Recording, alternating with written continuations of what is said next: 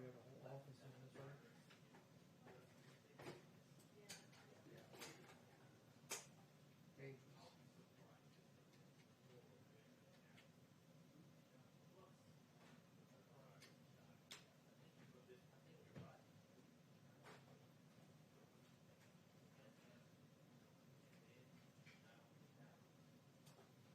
There we go.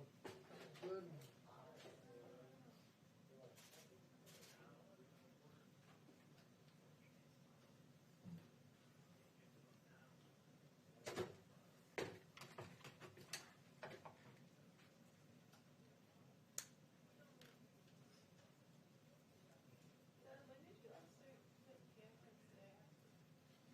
When this all got real ramped up. Never had really a reason to. Biggest thing is that wow, probably since it's been new, that's for sure.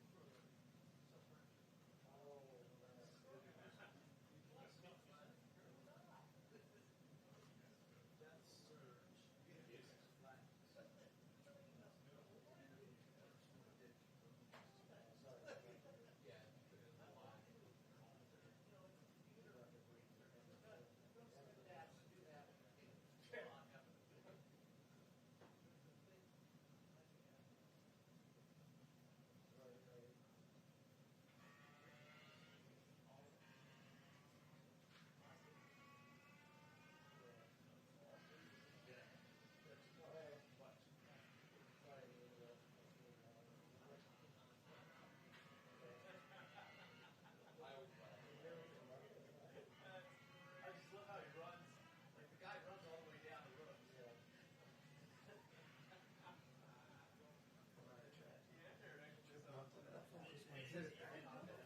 Yep, he didn't mean to, but it got hit. Those things happen.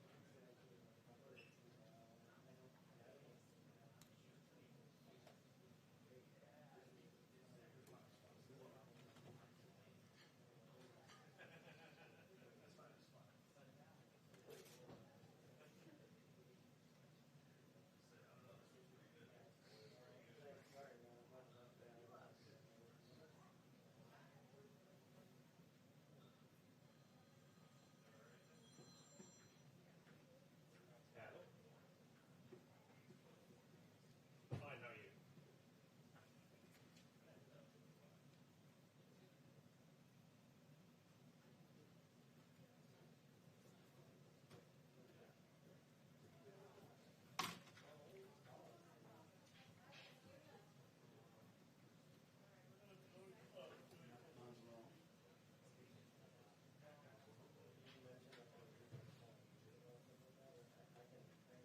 Bills, you need a hand? You got it, bub? I'm good, baby. Thanks for asking. Just got bumped.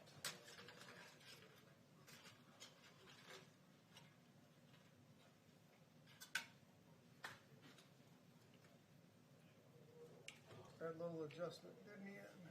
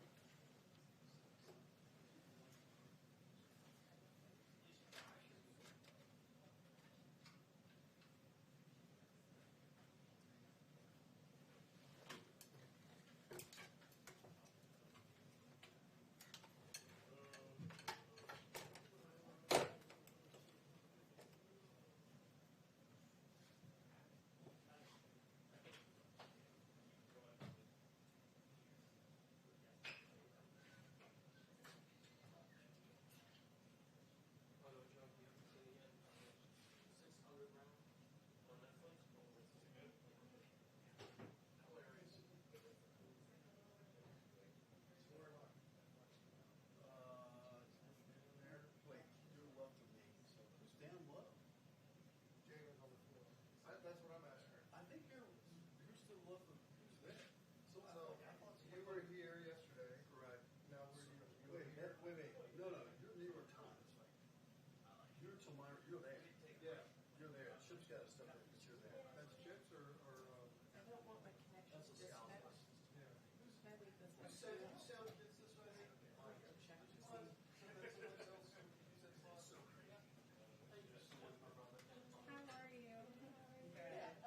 So where's Jimmy Love? Oh, Central. Nice to meet you. Outside. Where was he yesterday? He was over there. Yeah. I was here. ISP was right there. Getty. It was so nice, right? I was like, oh. Getty was here. And now where's Getty? Getty's in the corner here. Why was Getty? They're there today? So where's ISP? Right there?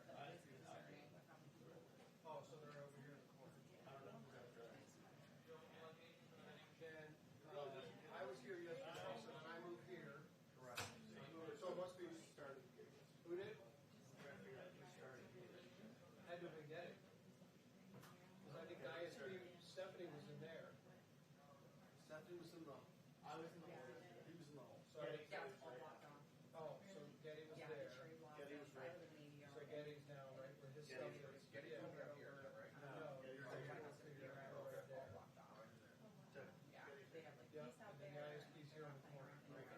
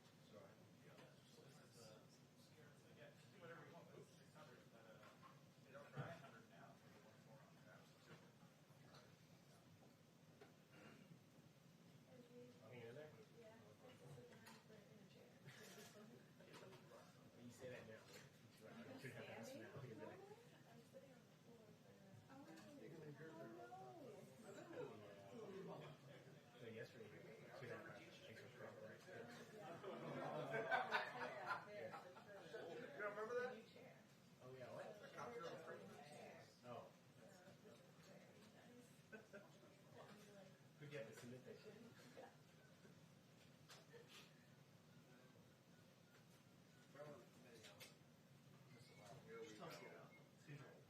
Yes. It's coming in? How are you at 38? Oh, we've got 2 people on I thought it was 5:30 5:30. until it's 5:45. Exactly. Oh, okay. Are you guys doing Yeah. Get more or less every day. No. 3 feet now. Get 12 days and then after 5. I have it installed. Yeah, it's really bad. I mean, you didn't know the chair. See, where's Mark? I'm saying the thing I've had is like, Right, it so was it's like, oh, so you put it in one house, taking a nap. Amazon official. Actually, I've been working on my kitchen table and also moving the kids. yeah. I'm picking up my school and I'm worried it's gonna be like the blue grass. I tried to look at the couch for like 90 minutes. Start falling asleep.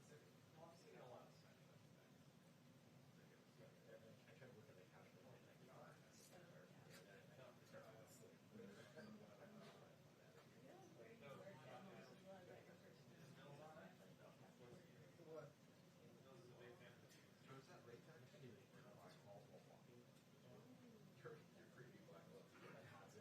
Here, I see a little.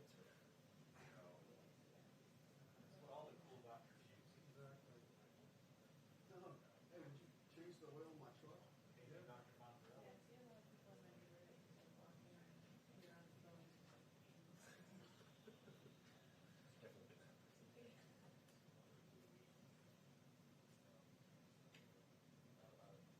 Jalen needed. What?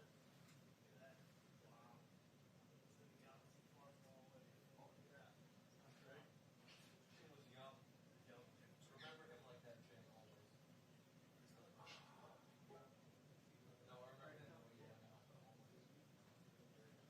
Too close to the real thing. No. I guess the American African last thing is I'm trying to make it closer.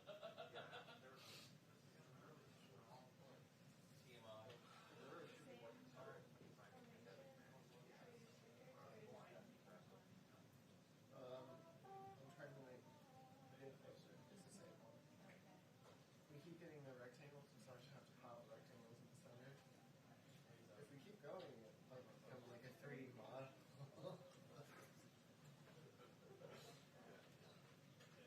I like the new. We got red today. I haven't had red. We're good about that.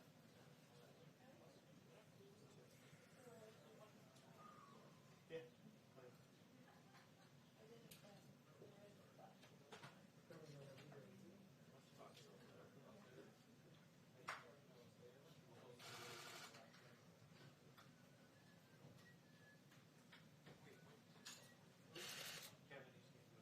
About 2 feet to your left, Kevin, will be all right.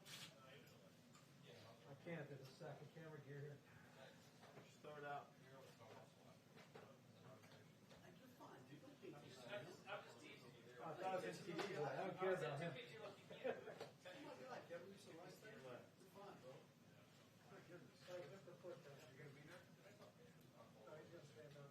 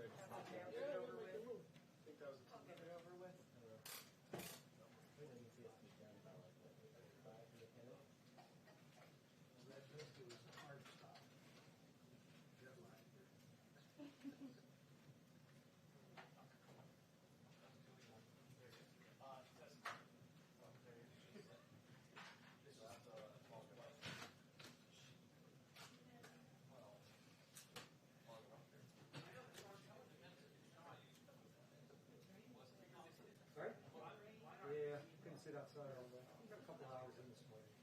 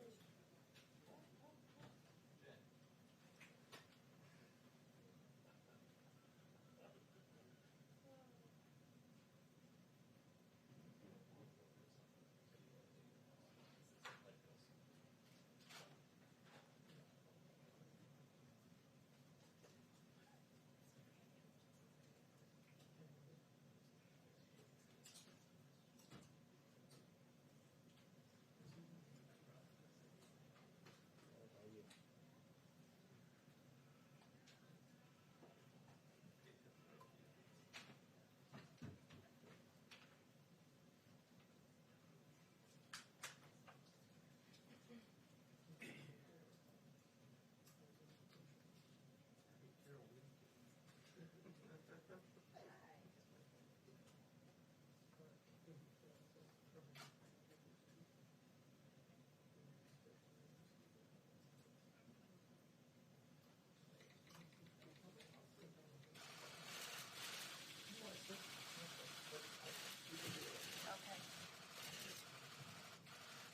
You say what you say? Whatever you like. I'm kidding. Let me join that for some fun. I'll rotate.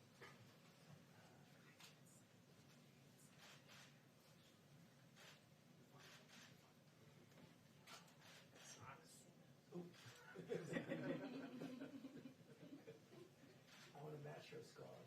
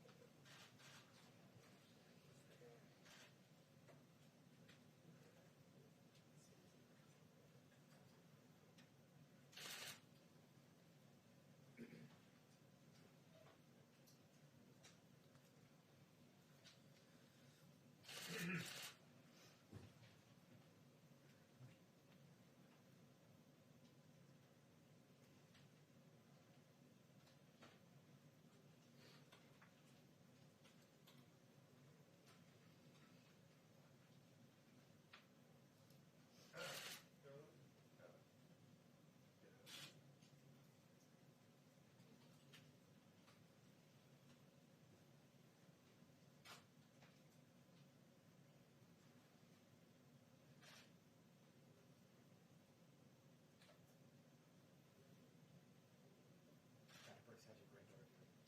Do you know, thank goodness she got a rash today, so it was roseola.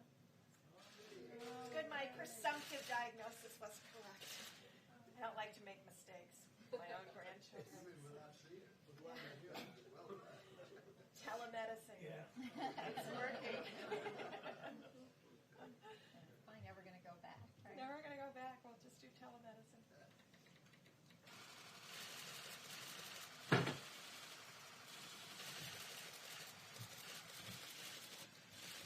Thank you very much.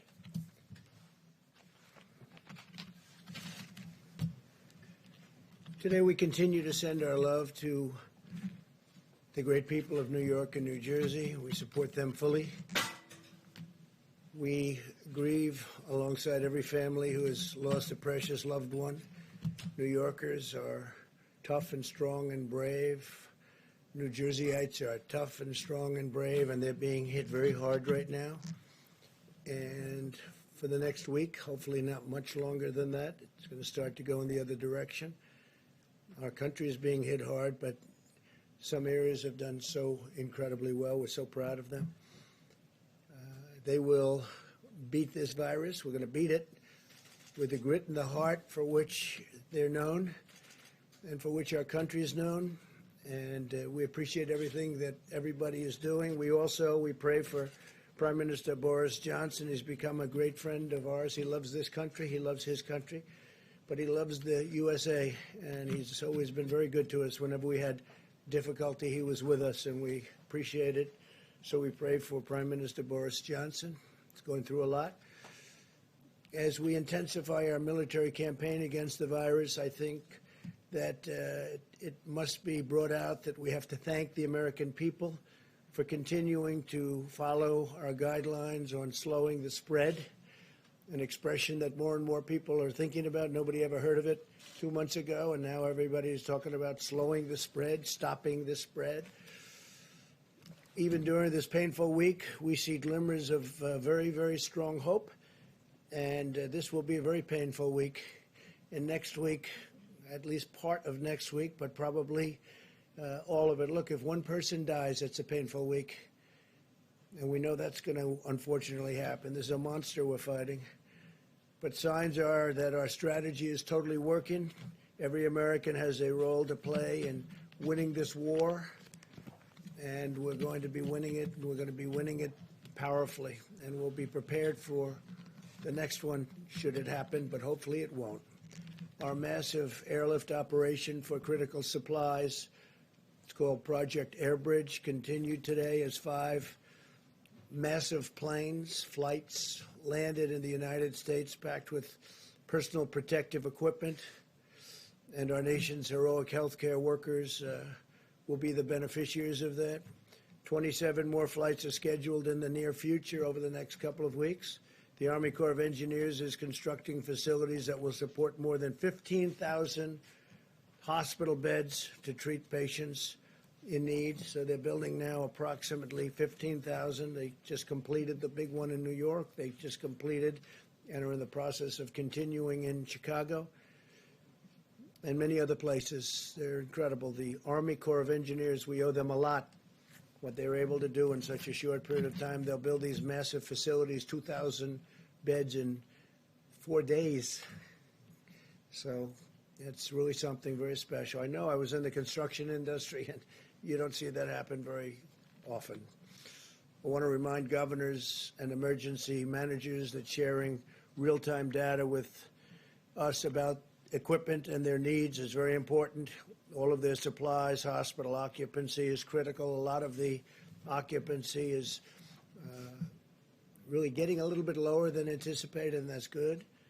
We sort of thought that was going to happen. And we're getting along very well with the governors. This whole situation with respect to talking to us about equipment and equipment needs, giving us a little bit of lead time, so important. All the supplies, we're getting it to everybody like they never thought possible, but will ensure that we can rapidly deploy federal assets where and when they're needed, especially on ventilators. We're actually getting some ventilators back. As you know, the state of California was great. They sent some back, which they won't need, and Washington State likewise. And we have some others coming back, so we're using them in areas we need them. We are pressing forward aggressively on the scientific frontier of the medical war. The companies I've spoke to, the 4 leading, I call them the genius companies, they're doing incredibly well with respect to cures and also with respect to a vaccine that's going to protect us, totally protect us. And they have some great potential. It's going to take a little while yet, but they have some great potential, some great early results. And the governor's been working hard, and we are working hard with the governors. There's been great coordination, especially over the last little while. We're giving them a lot of equipment, a lot of ventilators, but a lot of equipment of all types. And I will protect you if your governor fails. If you have a governor that's failing, we're going to protect you. But the governors are working well with us over the last period of time. Today, in our stockpile of ventilators, and again, we need the stockpile so we can immediately move them from place to place wherever the monster hits. It's a monster. We have 8,675 ventilators right now in stock, ready to move. And we have all sorts of incredible soldiers. Our military is going to move them should they be needed in, as an example, if we need additional in New York or the New York City area. You have state, you have city, and spoke to Mayor de Blasio, and we really have a great, well-coordinated campaign with Mayor de Blasio. It's been really good. Spoke to Governor Cuomo. There's been great coordination. So if they need something, we have it. If Louisiana needs something, we have it. Same thing with Michigan. Same thing with Illinois. There are certain spots that are very hot, and we'll see what happens. But we'll know pretty much we'll have time, and we'll be able to move it. In addition to the 8,675 ventilators, we have 2,200 arriving on April 13th. We have 5,500 arriving on May 4th. These are ones that we're building for the most part. And we have, as you know, great companies building them. Ford, General Motors, GE. We have really some great companies that are doing it. On May 18th, we have 12,000. On June 1st, we have 20,000. On June 29th, we have 60,000 ventilators coming, 60. So we have a total of 110,000 ventilators coming over a short period of time. I don't think we'll need them. Hopefully we won't need them. I don't think we'll need anywhere near them. But we'll have them for the future, and we'll also be able to help other countries who are desperate for ventilators. The UK called today and they wanted to know would it be possible to get 200, and we're going to work it out. We got to work it out. They've been great partners, United Kingdom, and we're going to work it out for them. So they wanted 200. They needed them desperately. We now have 10 drugs in active trials, with 15 more soon to follow, as well as 2 vaccine candidates in active clinical trials. We'll do whatever it takes to secure needed medical supplies and bring more production of essential medicines back to our shores. We're doing that. We're bringing them back to our shores. A lot of these companies, they went a little bit haywire. They went away from this great country and they had them produced elsewhere. So we're going to start bringing them back. I've been talking about that for a long time, not only with medical, but lots of other things. America continues to perform more tests than any other nation in the world, and I think that's probably why we have more cases. Because when you look at some of these very large countries, I know for a fact that they have far more cases than we do, but they don't report them. We've performed 1.87 million tests to date, so that's 1,870,000 million tests. Think of that, 1,870,000 tests to date. And now we're performing them at a level that nobody's ever seen before. As we announced yesterday, CVS testing sites in Georgia and Rhode Island will be using Abbott Labs rapid 5-minute tests. We're down to now 5 minutes. It's a 5-minute test so that people can get their results back very quickly. And we're actively engaging on the problem of increased impacts. This is a real problem, and it's showing up very strongly in our data on the African American community, and we're doing everything in our power to address this challenge. It's a tremendous challenge. It's terrible. And provide support to African American citizens of this country who are going through a lot, but it's been disproportional. They're getting hit very, very hard. In fact, while we have Tony here, I'd like to maybe have you come up and address that one, and then I'll continue. But if you could address that, it would be great, Tony, please. Yes, thank you, Mr. President. We have a particularly difficult problem of an exacerbation of a health disparity. We've known literally forever that diseases like diabetes, hypertension, obesity, and asthma are disproportionately afflicting the minority populations, particularly the African Americans. Unfortunately, when you look at the predisposing conditions that lead to a bad outcome with coronavirus, the things that get people into ICUs that require intubation and often lead to death, they are just those very comorbidities that are unfortunately disproportionately prevalent in the African American population. So we're very concerned about that. It's very sad. It's nothing we can do about it right now except to try and give them the best possible care to avoid those complications. Thank you, Mr. President. Thank you very much. And Tony, I think you're going to have some pretty accurate numbers over the next few days, right? But they are they're very nasty numbers, terrible numbers.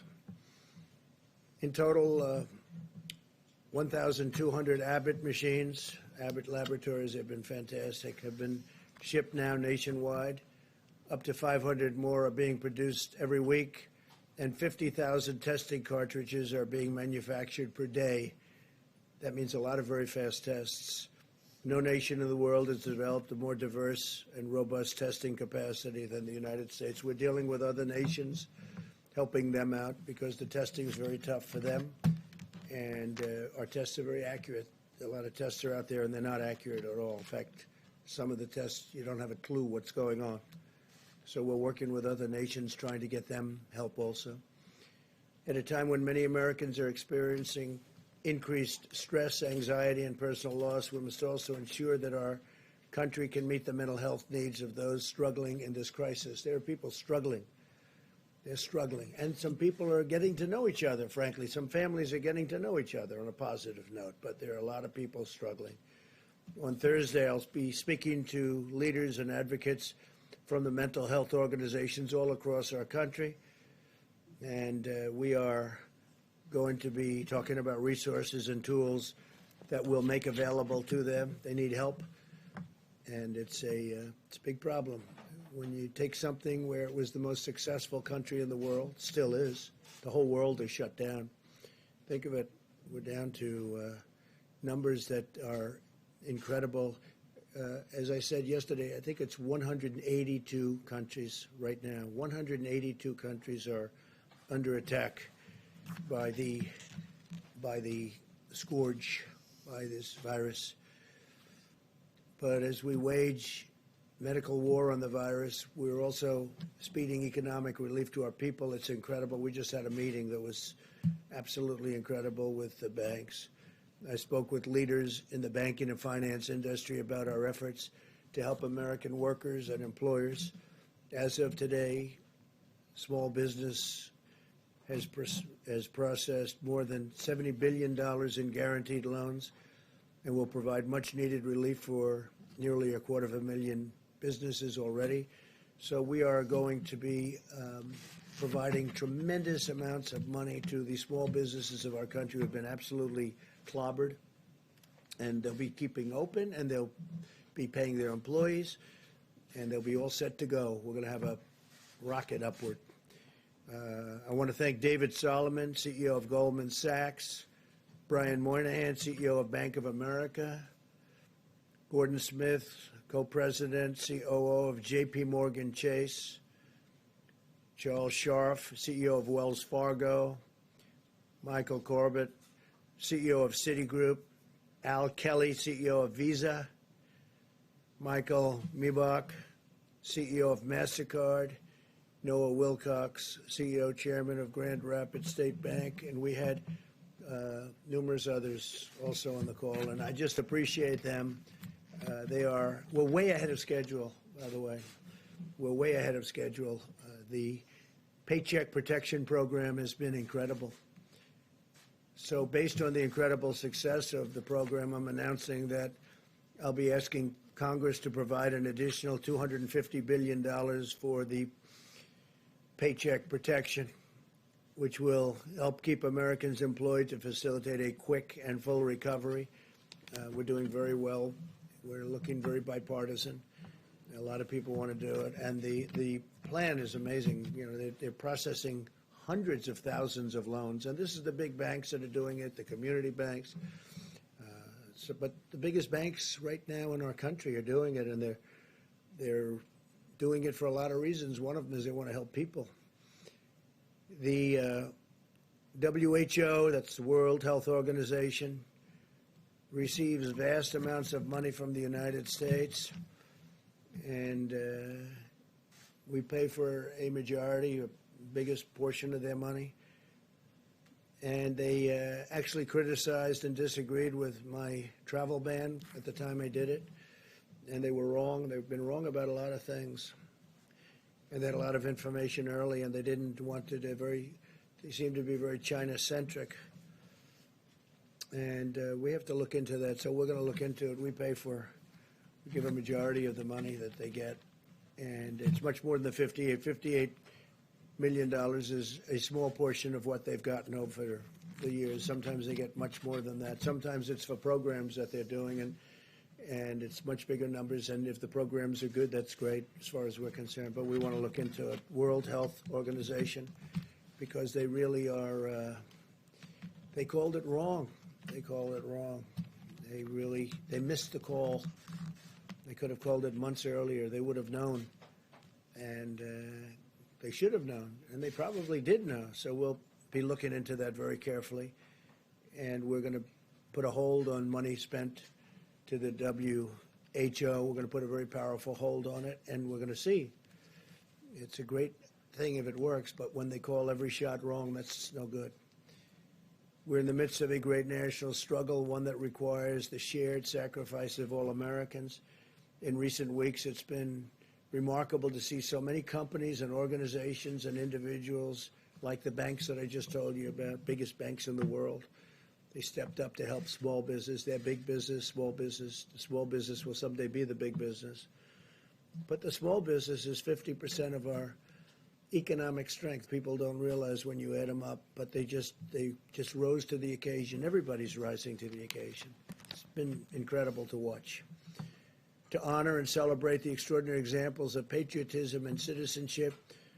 We're seeing, I'm asking Americans to use the hashtag America Works Together when sharing stories of how we're all working together, getting through this ordeal in a fashion that nobody would have ever thought possible. It's been incredible, and that's why the numbers are so far much better. We want to keep it that way. If you look at the original projections, if we did nothing, it would be disastrous. If we decided to do something, we closed it down, had no choice. It was a good move. That was a good move.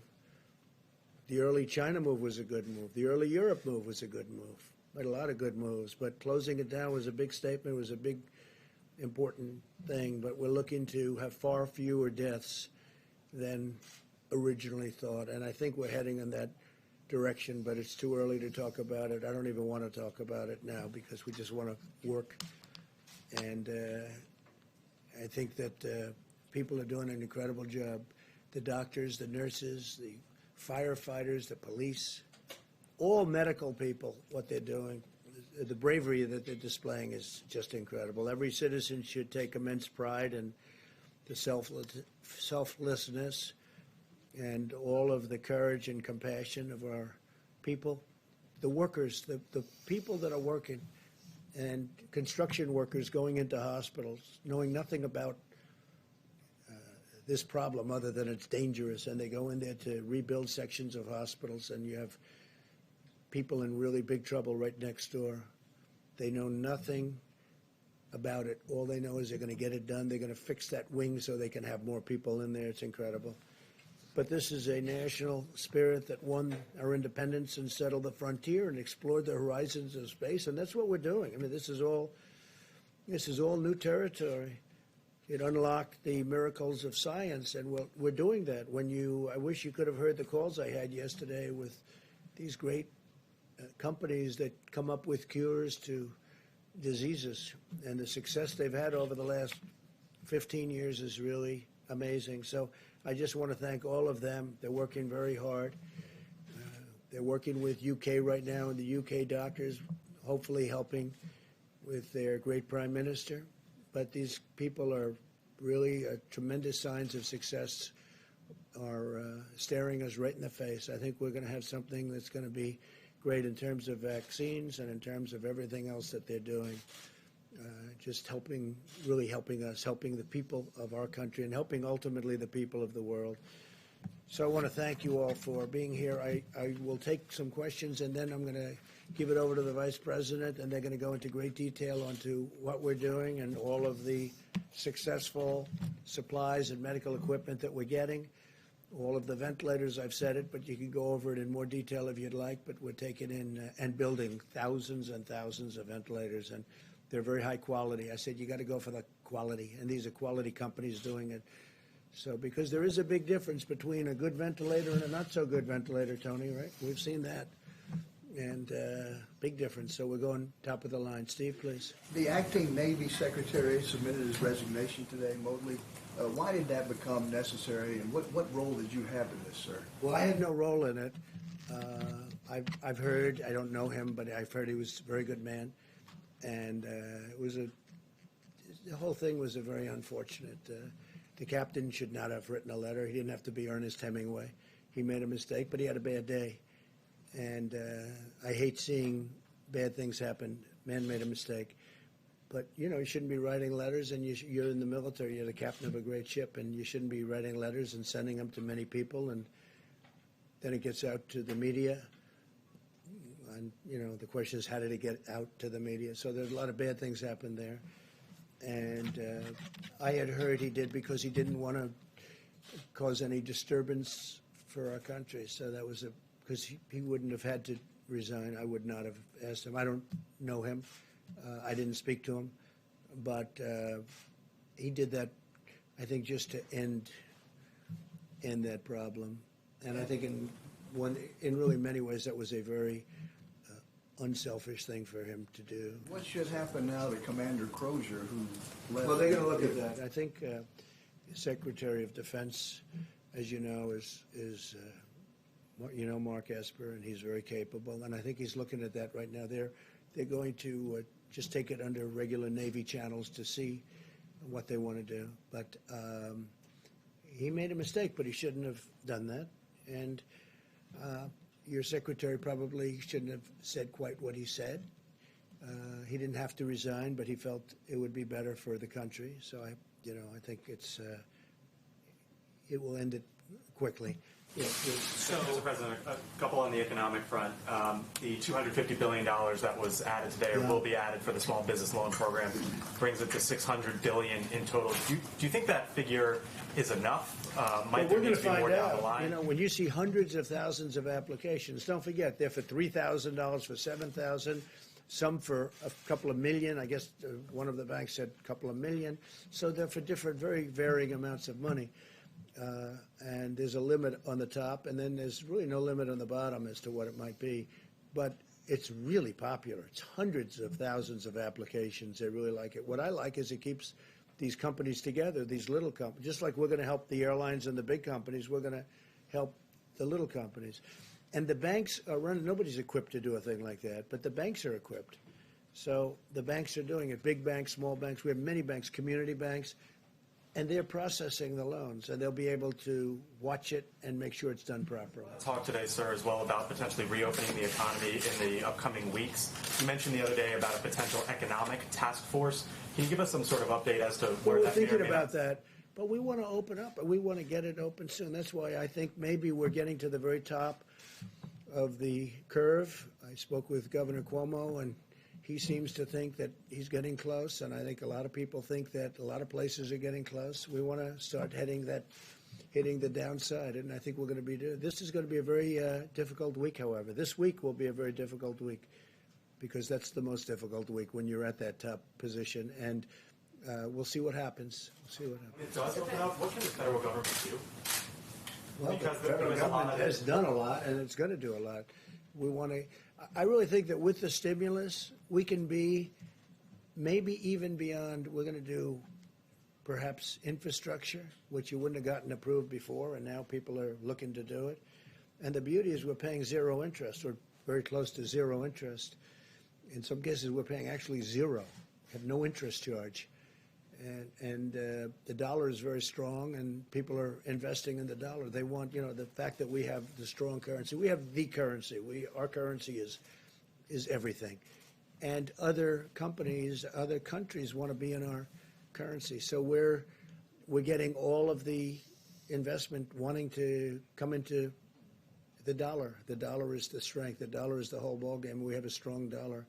Other currencies are going down, way, way down in some cases. You look at other countries, I won't mention them, but other countries are going down 22%, 25%, 28%, and it's very hard for them. That makes it much more difficult. With us, our currency is relatively now stronger than it ever was, or it was over the last few years relative to other countries. It's always relative to other countries, but our currency is very strong. So therefore, people want to invest. If we do a bond issue to do infrastructure, everybody wants a piece of that issue, even at zero interest. Yeah, please. Did you see these memos that reportedly Peter Navarro wrote back in January? When did you see them, and how does these memos sort of square with what you've often said that nobody could have predicted this? It sounds like he was predicting. I didn't see him, but I heard he wrote some memos talking about pandemic. I didn't see him. I didn't look for him either. But that was about the same time as I felt that we should do it. That was about the same time that I closed it down. I asked him about it just a little while ago because I read something about a memo. I said, "Did you do a memo?" I didn't see it. I didn't ask him to show it to me. He said, "Yes, I talked about the possibility of a pandemic." Nobody said it's going to happen, but there is a possibility. There always has been a possibility, but people wouldn't talk about it. But it was right about the time that I closed it down. And interestingly, the World Health Organization was not in favor of us closing it down. And if we didn't close it down, we would have lost hundreds of thousands more lives. So he did a good thing. Yeah. So at the time, though, when Peter Navarro did circulate those memos, you were still downplaying the threat of coronavirus in the U.S. You were saying things like, "I think it's a problem that's going to go away within a couple of days." It will go away. You said within a couple of days the cases will be down to 0. Well, the cases really didn't build up for a while, but you have to understand, I'm a cheerleader for this country. I don't want to create havoc and shock and everything else, but ultimately, when I was saying that, I'm also closing it down. I obviously was concerned about it because I closed down our country to China, which was heavily infected. I then closed it down to Europe. That's a big move, closing it down from China and then closing it down from Europe and then ultimately closing it down to the UK. So, and it was right about that time. But I'm not going to go out and start screaming, this could happen, this could happen. So, again, as president, I think a president has to be a cheerleader for their country. But at the same time I'm cheerleading, I'm also closing down a very highly infected place, specifically the location, as you know, in China that had the problems. And we're closing it down, but we close it down to all of China, then we close it down to all of Europe. Those were big moves, and it was right about that time. Sir, just a quick follow-up, Mr. President. Did you just Mr. learn President? about this today? Say? You learned about the memo today? Just I read about it maybe a day ago, 2 days ago. Do you feel like someone in among your staff or Peter Navarro himself should have told you about the memo No, not at earlier? all. It was a recommendation. It was a feeling that he had. I think he told certain people in the staff, but it didn't matter. I didn't see it, but I did. I closed it down. I don't remember it even being discussed. We had a meeting where there were a lot of people. Most people felt they should not close it down, that we shouldn't close down to China, but I felt we had to do it. And that was at almost the exact same time as the memo. If you had read the memo at the time, how would that have changed the steps you took or the I statements don't think it that would have you made? changed because I did. I basically did what the memo said, and the memo was, the memo was pretty good memo from the standpoint that he took, I guess. I didn't see it yet. He was saying that the U.S. warning that the U.S. could lose trillions of dollars and millions of lives. Well, you're not going to lose millions of lives, but you'll lose plenty of money. But I couldn't have done it any better because it was about the same time, and I closed it down to China. Just lastly, so you maintain confidence in him, in Peter Navarro? Of course I maintain confidence. He wrote a memo, and he was right. And I haven't seen the memo. I'll see it later on after this. But it didn't matter whether I saw it or not because I acted on my own. I guess I had the same instincts as Peter. Peter's a smart guy, and he's a good guy. And he's done a wonderful job. But he wrote a memo, and I guess he talked to various people about it. But ultimately, I did what the memo, more or less what the memo said just about the time the memo came out. I closed it down. I took a lot of heat. The World Health Organization was very much against. They didn't like it. They actually put out statements about it. In all fairness to Joe Biden, he called me xenophobic. Like, I don't like China. I like China. I like the Chinese people are phenomenal people. So I was called xenophobic. I was called racist. How could I do a thing like this? Now, since then, Joe said that he was wrong, and he said that I was right. But I closed it down, and I was called names by some of the morning show hosts who don't have a clue what they're talking about. They're not smart people. And I was called all sorts of names when I closed it down to China. Now they try and hide that, the tape of them saying terrible things. But that was a great decision. If I didn't do it, if I didn't do that, we would have had hundreds of thousands more people dying. Yeah, please. You talked a lot about the WHO, and I was wondering, Dr. Fauci had discussed them earlier, so if I could ask you a question about... Well, he respects the WHO, and I think that's good, and he's worked with them for a long time. But they did give us some pretty bad play calling. They've also, I think, given lots of countries in the world accurate coronavirus testing that's been central to your guys' data modeling. And so that I don't know. I can only say that with regard to us, they're taking a lot of heat because they didn't want the borders closed. They called it wrong. They really called, I would say, every aspect of it wrong. So until the funding freeze I'm not happy about it. Look, we fund it. Take a look. I mean, go through step by step. They said there's no big deal, there's no big problem, there's no nothing. And then ultimately, when I closed it down, they actually said that I made a mistake in closing it down, and it turned out to be right. But at the time, they did that. So we're just going to take a look at it. We fund it, and they seem to be, I said recently in social media, I said they seem to be very China-centric. That's a nice way of saying it, but they seem to be very China-centric. And they seem to err always on the side of China. And we fund it. So I want to look into it. Yes, please. Thanks. A quick follow-up on that. So is the time to freeze funding to the WHO during a pandemic? No, maybe not. I mean, I'm not saying I'm going to do it, but we're going to look at it. You did today. We give a tremendous, no, I didn't. I said we're going to look at it. We're going to investigate it. We're going to look at it. But we will look at ending funding. Yeah. Because you know what? They called it wrong. And if you look back over the years even, they're very much... everything seems to be very biased toward China. That's not right. I wanted to follow up. You talked about African Americans and how they've been disproportionately affected by the coronavirus. Seems to be, unfortunately. Do you plan on requiring the CDC, any federal agencies or state agents, public places doing tests and private companies doing tests to collect that data on the race of the people being tested and the race of the people being treated and the outcomes? Well, we're just seeing tremendous evidence that African Americans are affected at a far greater percentage number than other citizens of our country, because we're dealing with our country. Now we're looking at it from a worldwide standpoint. Tony Fauci is looking at it very strongly, but these numbers have started to come out, and they're very strong, and they're pretty obvious. I mean, you will release that. Seema, would you like to talk about that for a second, please? I think one of the things that we're going to be doing with our Medicare data is to do that analysis. We're going to look back at the last month or so and look at, related type illnesses going forward. We now have a code for coronavirus, so we can actually stratify by demographic information, so we can look at race as a factor. We can also look at what the underlying health issues are as well. So we'll be providing that data very shortly. But we will be doing that analysis. We're working on that very hard. This is something that's come up over the last, I hadn't heard this, and then over the last few days this has come up more and more. And I don't mean by a little bit. I mean many times. It's a real thing. Now, we want to find cures, we want to find therapeutics, we want to find vaccines, because that will solve everybody's problem. But why is it that the African American community is so much, numerous times more than everybody else? And we want to find the reason to it. And Dr. Fauci, Seema, both of them, and others are working on this. And they're going to have very good, I would say in less than a week, I think you're going to have very good statistics. Couple of days. Something specifically aimed at those communities that are being hard hit, those black communities. Well, we're helping them a lot.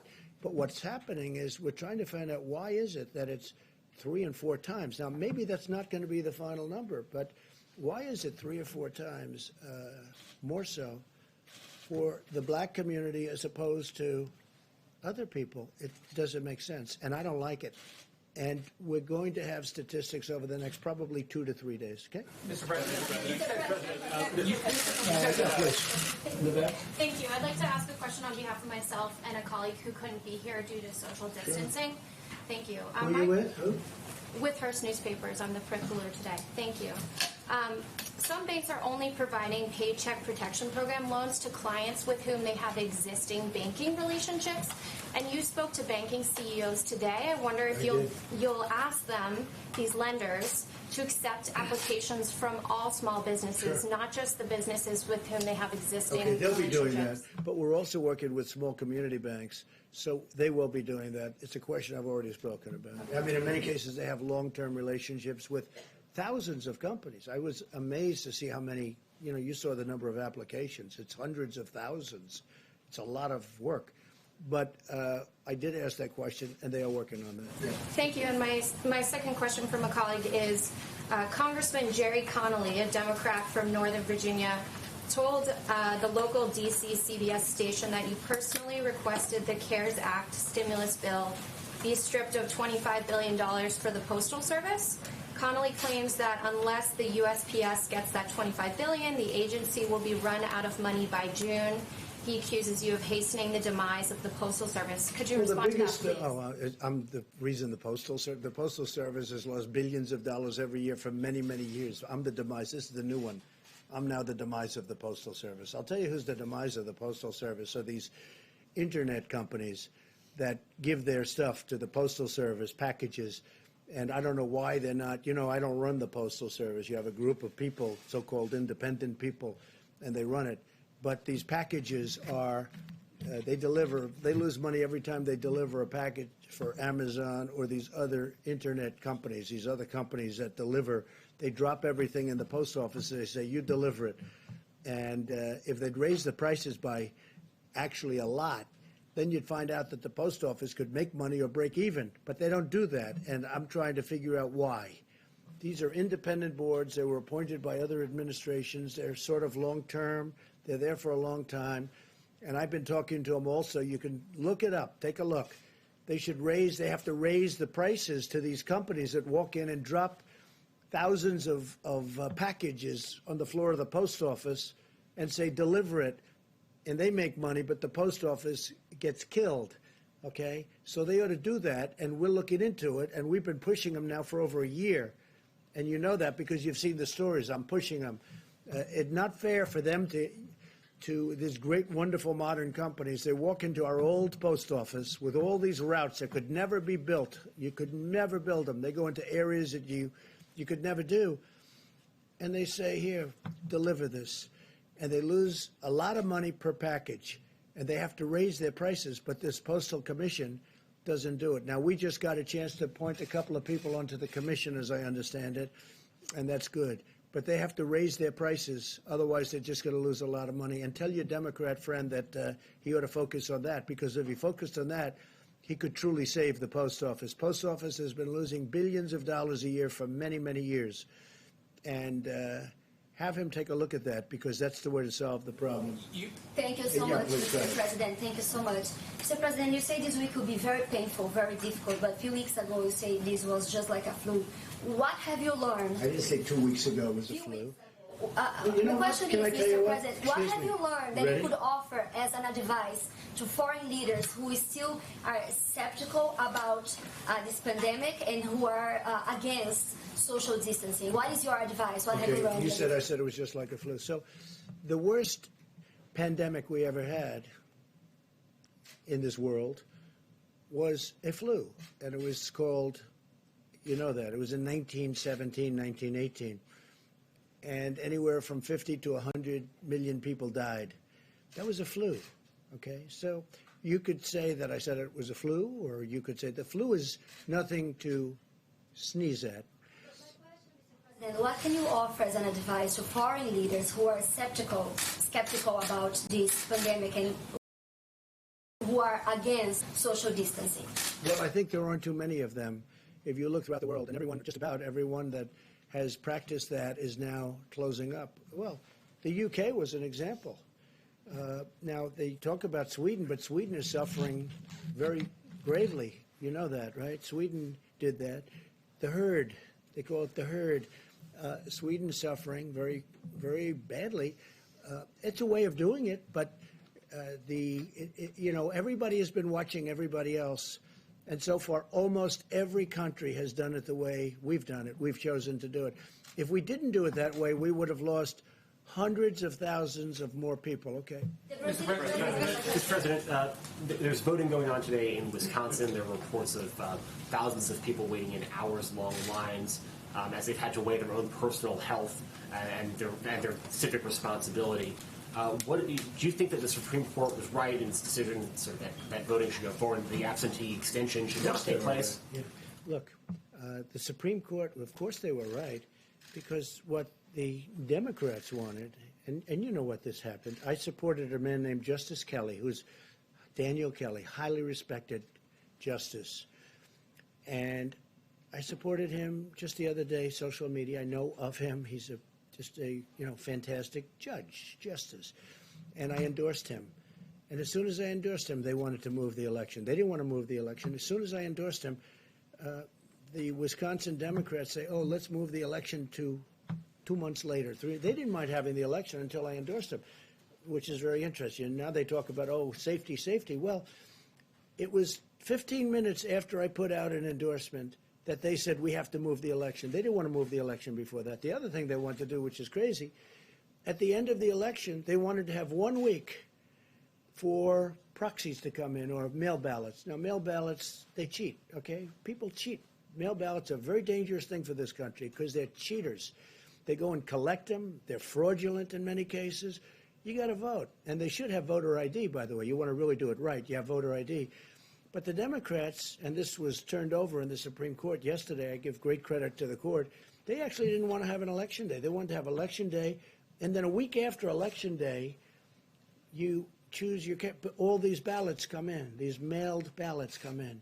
The mailed ballots are corrupt, in my opinion, and they collect them, and they get people to go in and sign them, and then they're forgeries in many cases. It's a horrible thing. And so what happened is, the Democrats in Wisconsin, they had no problem with the election being today until I endorsed the Republican candidate, Justice Kelly, Daniel Kelly. And as soon as I endorsed him, they went crazy. They went crazy. And you know that's true. And now all of a sudden, because go back 2 weeks, go back 2 days, they didn't want to move the election. They were having the election. They were fine because they thought they were going to win the election. Then I endorsed him, and all of a sudden they think they're not. Now I understand there are lines that go back a long way. I hope they're going to vote for Justice Kelly. Okay. With millions of pills of hydroxychloroquine donated, is there a plan or system in place to track the potential side effects? When you saw the representative, serious harm. So is there a plan to is there a track plan? the side effects? The side effects are the least of it. You have people dying all over the place, and generally the side effects are really with the Z-Pak, having to do with the heart. The Z-Pak, that's the antibiotic, not with the hydroxychloroquine. So a woman last night, I watched her on one of the shows, good show, Laura, and she was. She thought she was dead. She was a representative from Michigan. She was just in horrible shape for 12 days, 14 days. She thought she was dead. I think she said that her doctor said she's, it's going to be very tough. She saw me talking about this, and she asked her husband to go to the drugstore. Now, this is a Democrat representative, a person that, perhaps wouldn't be voting for me. I think she'll be voting for me now, even if she's a Democrat, even if she's a Democrat representative. And they went to the store, which I made available because we have millions of doses. We have, I think, 29 million doses of this drug. And she asked her husband, she said, please go out. I'm not going to make it. Please, you have to hear her story. Please go out, get it. He went at 10 o'clock in the evening to the drugstore. He got it. He gave it to her. Now, it's I don't say it works like this at all. 4 hours later, she awoke, and she said, I feel better. And then shortly thereafter, she felt great. This is a woman that thought she was going to die. She's a Democrat representative, highly respected woman, African-American woman. I don't know if you saw it. As you asked a question about African-American, she was an African-American woman. A great woman. Her manner of speaking, the way she told the story was beautiful. I asked my husband to go and get it. He got it. She is now okay. She was interviewed last night on television. And she thanked me. She thanked me even in a tweet. She said, I want to thank President Trump. He saved my life. Look, I don't say that happens with everybody, but that's a beautiful story. There are many of those stories. And I say, try it. Okay, please. If you're in trouble, if you're going to die, and you're going to die, you're not going to die from this pill. Now, there could be some side effects, but the side effects is really more so from the Z-Pak. Those side effects? No. Doctors have to recommend it. I want doctors. I'm not a doctor. I'm just saying we hear great results. And some people say, let's go to a laboratory, let's test it for a couple of years. And we got people dying in this country and all over the world right now, not in a couple of years. They're dying as we speak. There are people dying. And I really think it's a great thing to try, just based on what I know. Again, I'm not a doctor. And I say, get a physician's approval. And they have physicians in these hospitals, great physicians, brave physicians. They also say it's good for the hospital workers to take them, that it's, keeps it away, keeps it out of your system. I don't know. But there's a lot of good examples. And, we have a 1,500 case study going in New York, and it's almost complete. So it'll be very interesting to see what happens. Go ahead. Thank you, sir. But I appreciate that woman. She was great. You have to see it to believe it. The way she spoke, it was like a miracle. And this was not a fan of mine, but she's a fan of mine now, and I'm very honored by it. Go ahead. Thank you, sir. Can you talk about your decision to remove Glenn Fine from the Pandemic Response Accountability Committee, and that move and some of the criticism you've leveled at IGs, how does the American public have confidence that there'll be oversight? Well, we have a lot of IGs in from the Obama era, and as you know, it's a presidential decision. And I left them largely. I mean, changed some, but I left them. But when we have, reports of bias, and when we have different things coming in, I don't know Fine. I don't think I ever met Fine. I heard the name. It wasn't an Obama. I heard the name. I don't know where he is. Maybe he was from Clinton. Okay, you check that out. Okay, maybe he's from Clinton. But we did change him. But we changed a number. We have about 7 nominations in, I believe. We put 7 very, very highly qualified people for the IG position. And, that's a decision that I could have made 3 years ago, and I could have made 2 years ago. And but we're putting in, not so much for him, we're putting in 7 names. I think it was 7, and they're going in now. Yeah. Mr. President, when you talk about the WHO being China-centric, what exactly are you talking about? Is it because China's underplayed how many I victims don't know. they've They had? seem to come down on the side of China. Don't close your borders to China. Don't do this. They don't report what's really going on. They didn't see it, and yet they were there. They didn't see what was going on in Wuhan. They didn't see it. How do you not see it? They didn't see it. They didn't report it. If they did see it, they must have seen it, but they didn't report it. Please, go ahead. Mr. President, just turning back to the voting in Wisconsin and those long lines, who will be responsible and who should be held responsible if people get sick after they voted? Look, all I did was endorse a candidate. I don't know anything about their lines. I don't know anything about their voting. I love the state. I To won get out the and vote state. today as well. Will you take some of the responsibility if some of I those won people the get sick? state, which is rare for a Republican to do, but I won the state of Wisconsin. I'm going to win it again because we've been great to the people of Wisconsin, as you know, with our policies, and they like me and I like them. But all I did was endorse a candidate that's highly qualified, very respected person, and all hell broke loose as soon as I did that. And then all of a sudden they want to change. Before I endorsed them, they didn't want to change this voting area. There was no problem with the Democrats voting until I endorsed the candidate. Then they said, let's move it 2 months. Let's move it 3 months later. Safety, safety, safety, right? All of a sudden they want safety. Well, before I did the endorsement, they didn't talk about safety. It was fine for months. For months, it was fine. It was always going to be. And now I endorse, and they want safety. So, that's how. Thank you. Just to follow up on that, how does the election, them holding this election in Wisconsin line up with the social distancing recommendations that have come from your Well, there you administration? have to ask the people that you have a Democrat in Wisconsin as governor. Ask him. That's his problem. Okay, he should be doing it. Again, some governors fail, and I won't let them fail because when they fail, I'll help. But that's run by Democrats right now. Okay? It's run by Democrats. You had a great Republican. Is it possible to socially distance when you're voting? You're going to have You crowds. have to speak to the governor. What you should do is call the governor of Wisconsin and ask him that question. But also ask him, how come it was okay to do this until I endorsed the candidate? And as soon as I endorsed him, these lines are formed, and I hear, Mike, the lines are through the roof. So, hopefully they're going to vote for the right candidate. Yeah, please. Can I just check in on oil again today? I was wondering. Oil? Yeah. Where is it today? Well, I was wondering if you. No, where's the price? Give me the price. I'm not sure, to be honest. How can you ask a question when you don't know the price? I'll look it up for you. Okay, let me do somebody else then. Go ahead. So you were highly critical of mail-in voting, mail-in ballots for voting. I think a mail-in few minutes voting ago, is but horrible. you voted by It's mail corrupt. in Florida's election last month, didn't you? Sure, I could vote by mail for that. How do you reconcile Because I'm that? allowed to. Well, that's called out of state.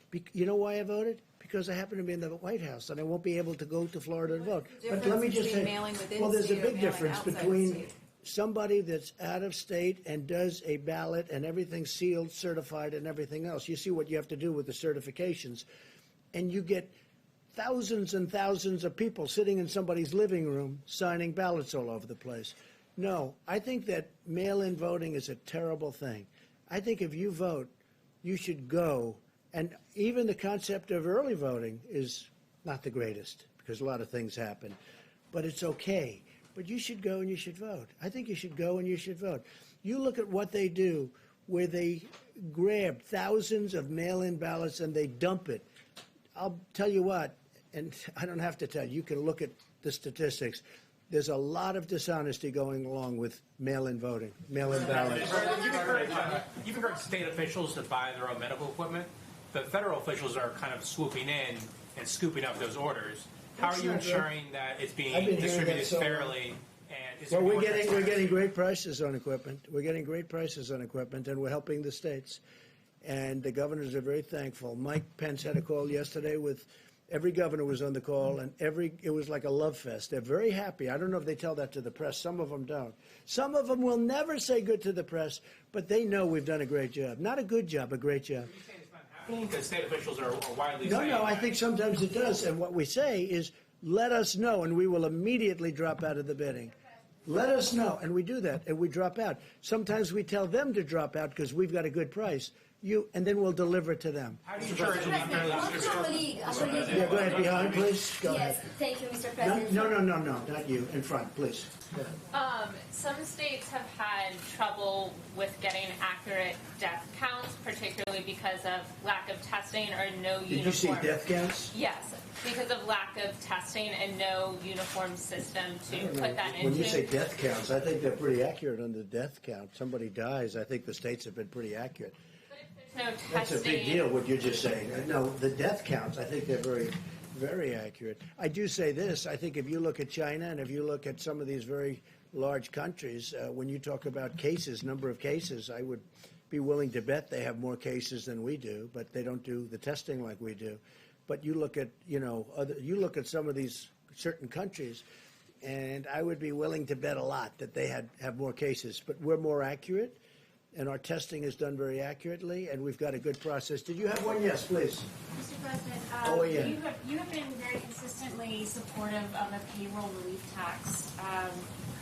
A what, payroll? Payroll relief. Now, I know you're still busy trying to implement Right. phase 3, but as we move towards phase 4, Yeah. are there still obstacles to that? Because that would put money in American pockets, like Yeah, consistently. you're right. I would love to see a payroll, good questions. I would love to see a payroll tax cut. And I think on behalf of the people, it would be quick. Now, it's a longer term, it's a longer time because it's over a period of a year or whatever you want to make it. But I would love to see a payroll tax cut. There are many people that would like to see it as a permanent tax cut, payroll tax cut. Stopping it from Well, the Democrats right now are stopping it. What are their reasons? I don't know. I don't know. Maybe they think it's good politics to stop it. But you'd get a lot of people, a lot of money immediately. The payroll tax cut would be a great thing for this country. I would like to have it regardless of this, but this would be a fantastic time to have the payroll tax cut. The Democrats are stopping it, but I don't think they're. I think there's a certain flexibility. I think it's something that we should do, both for business and the people. But this would get money into the hands of small business immediately, money in the hands of people, the workers and people immediately, and it would be over an extended period, and it would be simple to do. It's so easy to do. It's a great tax cut, and I'd love you to speak to the Democrats, and let's get it done. So I'm going to give this now to Vice President Pence, and they're going to go over some very good statistics with everybody, and we'll have a couple of answers on that, because we're working very hard on the African-American community with respect to what's going on, because it's not good. I don't like it. And we're going to have some very good statistics, Tony, I think, over the next couple of days. So thank you all very much. Thank you.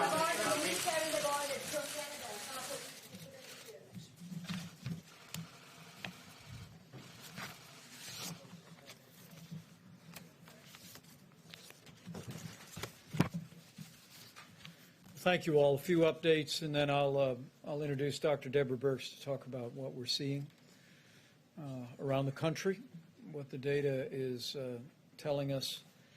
But suffice it to say, as the President said several times, this is a very tough week in America. And our hearts go out to all of the families that have lost loved ones to the coronavirus. But I know I speak for the entire White House coronavirus task force when I say our hearts are with the people of the greater New York City area today. As we stand here today, in the midst of heartbreaking numbers of losses in New York City, I also want to assure the American people that there's reason for hope.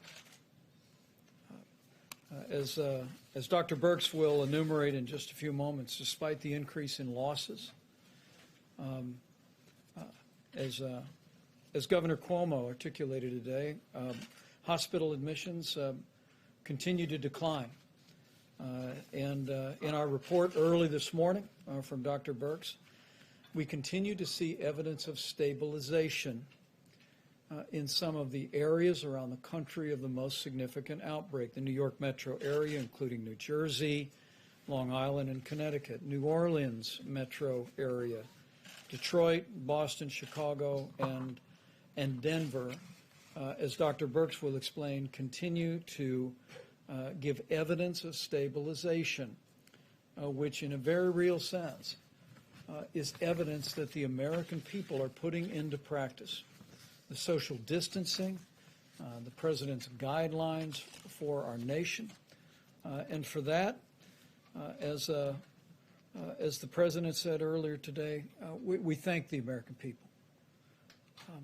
Even in the midst of hardship and loss, at a time when we've seen more than 385,000 Americans test positive for the coronavirus and more than 12,000 succumb to this illness, the evidence that Dr. Birx will describe to you will show that the American people know our future is in our hands.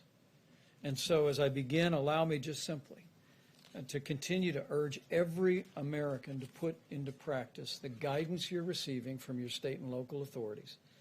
Take it to heart, take it seriously, share it with your family and your friends, and know that you're making a difference, America, because you truly are. Today, for my part, I spoke to over 500 small business owners in a conference call, and there I heard about their enthusiasm for the Paycheck Protection Program. And that call took place before the President had the Secretary of Treasury indicate our interest in acquiring another $250 billion for that program. As of this morning, more than $60 billion in forgivable loans that would cover 2 months of paychecks at small businesses had already been distributed, and the number is going to grow literally by the day. We also had a very productive call today with some other American heroes.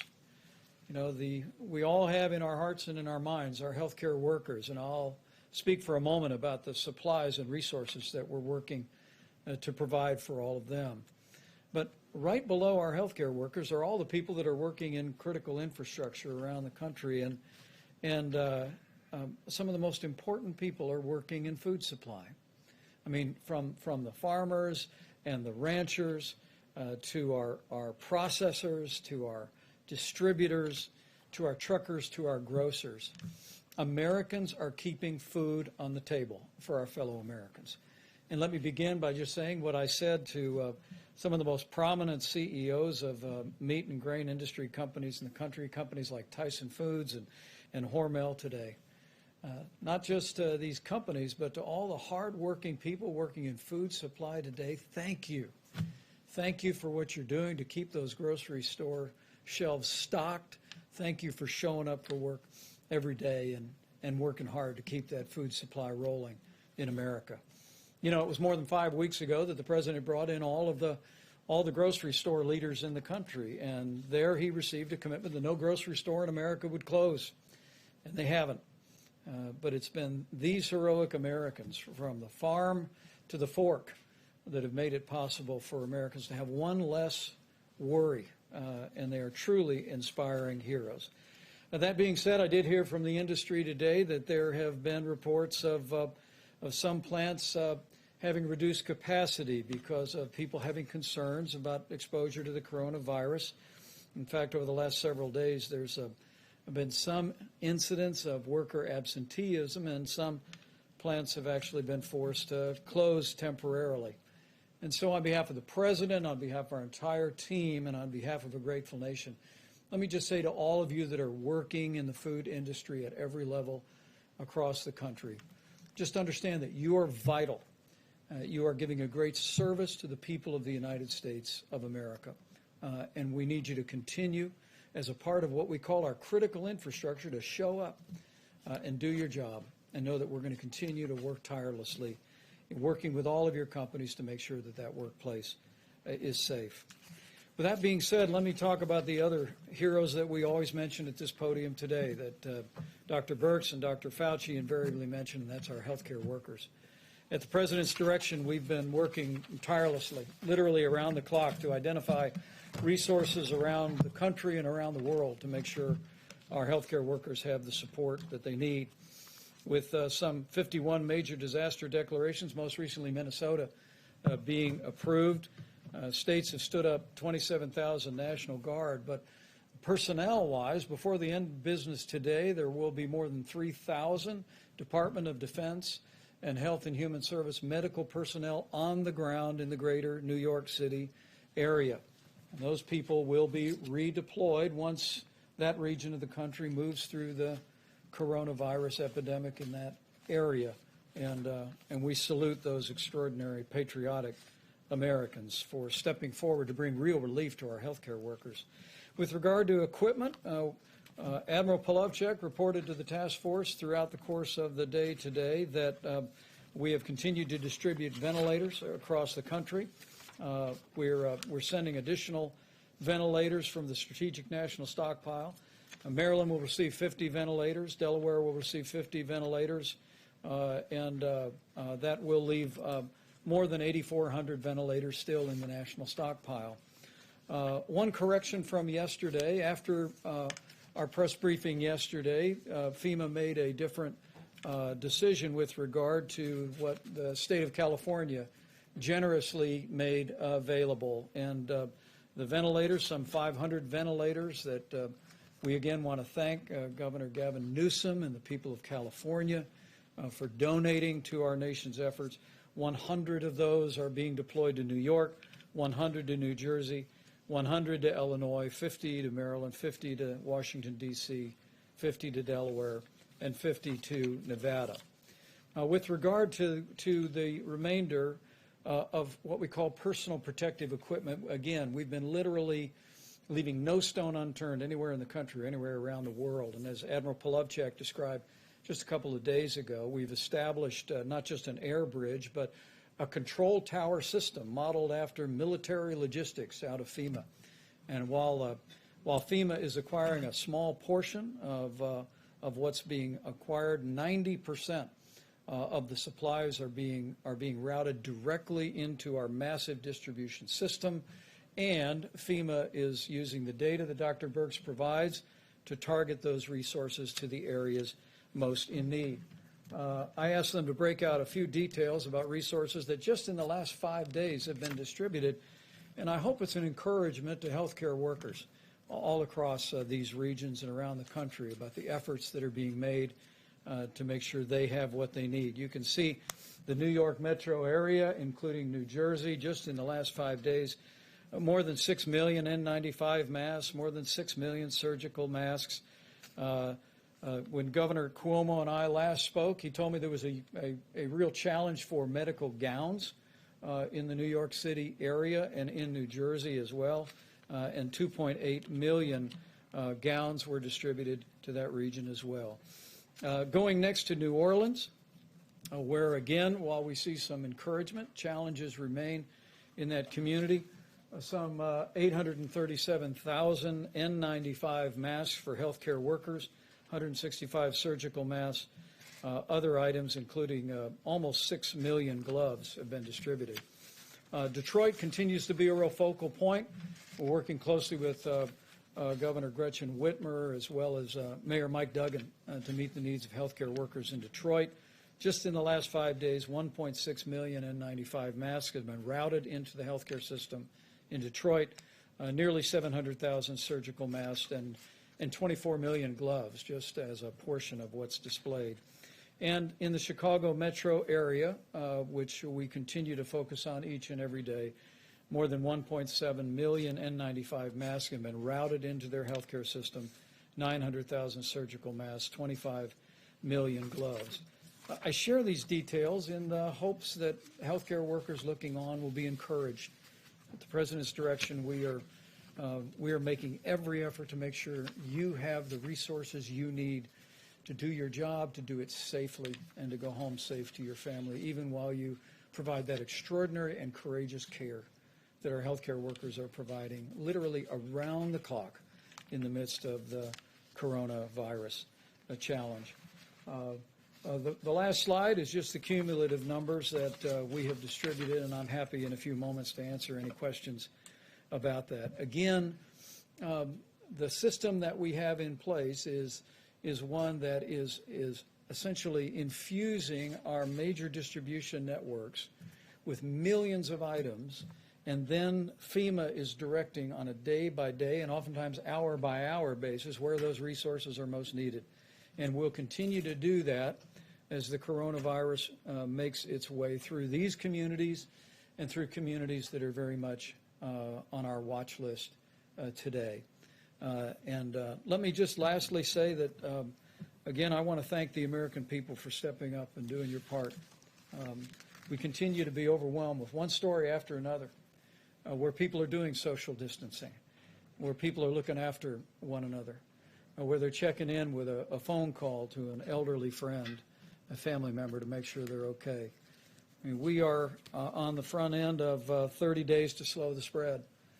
And I will tell you, as a non-scientist up here, that I see glimmers of hope in the early numbers that we're seeing come out of the greater New York City area, New Jersey, even New Orleans and Detroit and Chicago. There does appear to be, as Dr. Birx will explain in more detail, there does appear to be evidence of leveling, evidence of progress. But this is exactly the time for all of us to redouble our efforts to do everything each and every one of us can, not just to protect our own health and that of our family and our loved ones, but to do our part to ensure that we lessen the impact of the coronavirus on America as a whole, but even more importantly, that we lessen the impact on lives by ensuring that we do our part to make sure that no one that is vulnerable is unnecessarily exposed to this virus.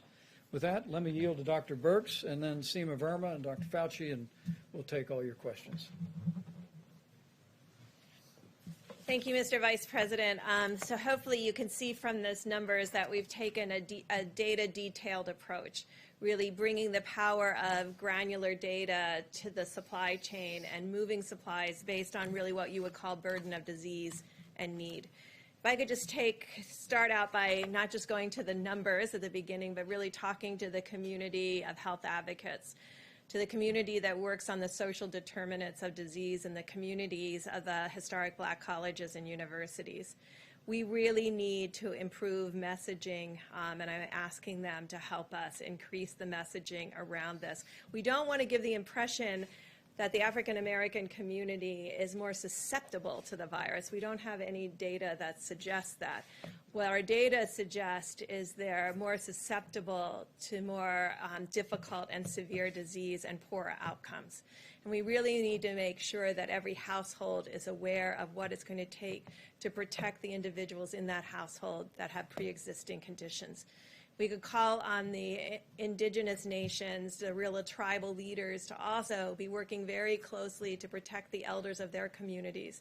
We know this is more difficult in multi-generational households, and it's really going to call for really unbelievable attention to details of hand washing and protecting others from each other, particularly if you don't feel well. This is really a call to action to the communities to make sure that we get messages appropriately out there so that everyone understands what it's going to take for us all to protect one another. And we know it can be done because we can see these changes. I wanted to go through the numbers at a high level so you understand why particularly these supplies went to these areas to begin with. We talk about attack rates or the cases per population. So in the New York, as a state, they have 7 cases per 1,000. This is the highest in the country. In New York City itself, it's closer to almost twice that in New York City. New Jersey is 4 per 1,000, Louisiana 3 per 1,000, Massachusetts 2 per 1,000, Connecticut 2 per 1,000, Michigan 1.5 per 1,000. The District of Columbia and the Baltimore area now 1.5 per 1,000, and we're watching them very closely. Pennsylvania 1 per 1,000, but we're concerned about Philadelphia.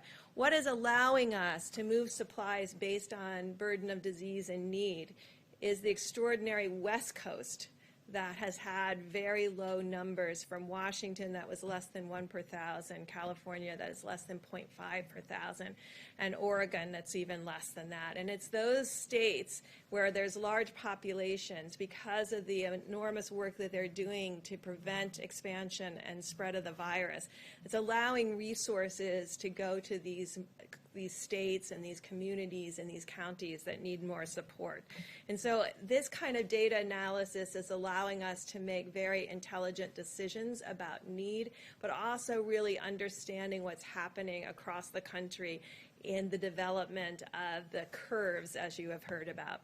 And so we do see, and I know you heard me caution that over the weekend sometimes there's decreased case reporting, and so there were increases in a series of communities on Monday. We're seeing that stabilize again, and when you look over 3 days, you're starting to see that we may be actually in a series of communities outside of New York and New Jersey and Connecticut creating a much flatter graph.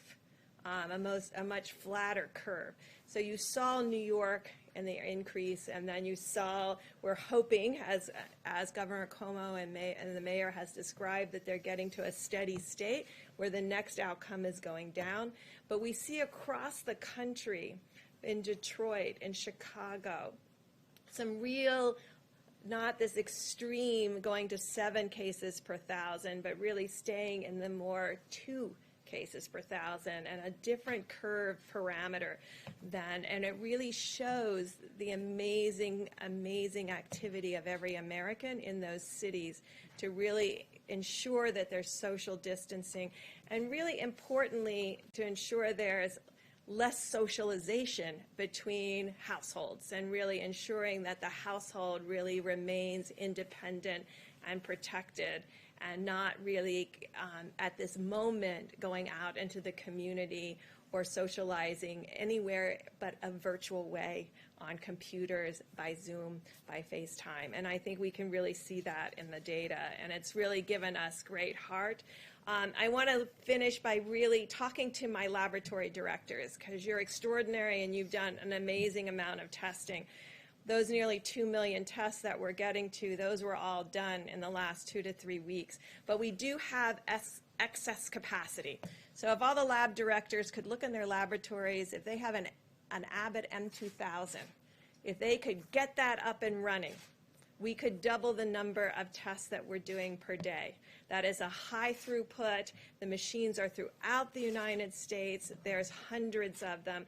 Right now, about 80% of them are idle. We're going to have a call with the laboratory directors of these laboratories to really ensure this is an automated, robotic situation that they can run. There's over 1 million tests sitting, test kits sitting, ready to be run. We have 5 platforms of tests. This is one of our really high volume platforms.